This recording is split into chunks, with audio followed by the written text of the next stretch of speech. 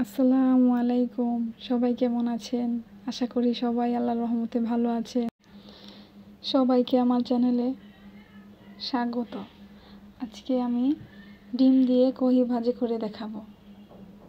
আমি এখানে 1 কেজি পরিমাণ কহি কেটে ধুয়ে পরিষ্কার করে নিয়েছি।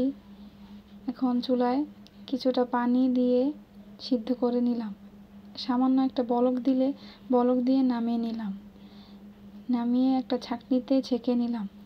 এবার কড়াইয়ে তেল গরম করে দিয়ে দিলাম পেঁয়াজ কুচি। পেঁয়াজ কুচিটা একটু লাল করে ভেজে দিয়ে দেব ফালি করে রাখা কাঁচামরিচ। এবার দিয়ে দিব সামান্য হলুদের গুঁড়া। হলুদের গুঁড়াটা একটু তেলের মধ্যে ভেজে কাঁচা গন্ধটা দূর করে নেব।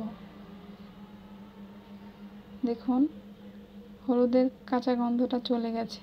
এখন আমি ছেঁকে রাখা কহি দিয়ে দিলাম স্বাদ মতো লবণ। দেখুন কহির কালারটা কিন্তু একেবারেই নষ্ট হয়নি। কহির কালারটা সুন্দর রেখে আমি ভাজিটা করব। এখানে কহিটা সাইড করে সরিয়ে মাঝখান থেকে একটা ডিম ভেঙে দিয়ে দিলাম। ডিমটা একটু ঝুরি করে নেব। তারপরে ভালো করে কহির সাথে মিশিয়ে নেব ভালোভাবে। নাড়াচাড়া করে দিব। কিছুক্ষণ কহিটা ভেজে নেব। দেখুন প্রায় কহির ভাজিটা হয়ে এসেছে। দেখুন ভাজির কালারটা মাশাআল্লাহ কত সুন্দর হয়েছে। একদম সবুজ সবুজ রেখেছি। যে কোনো জিনিসই অতিরিক্ত ঝাল করলে জিনিসের কালার নষ্ট হয়ে যায় এবং স্বাদটাও নষ্ট হয়ে যায়। দেখুন এবার সামান্য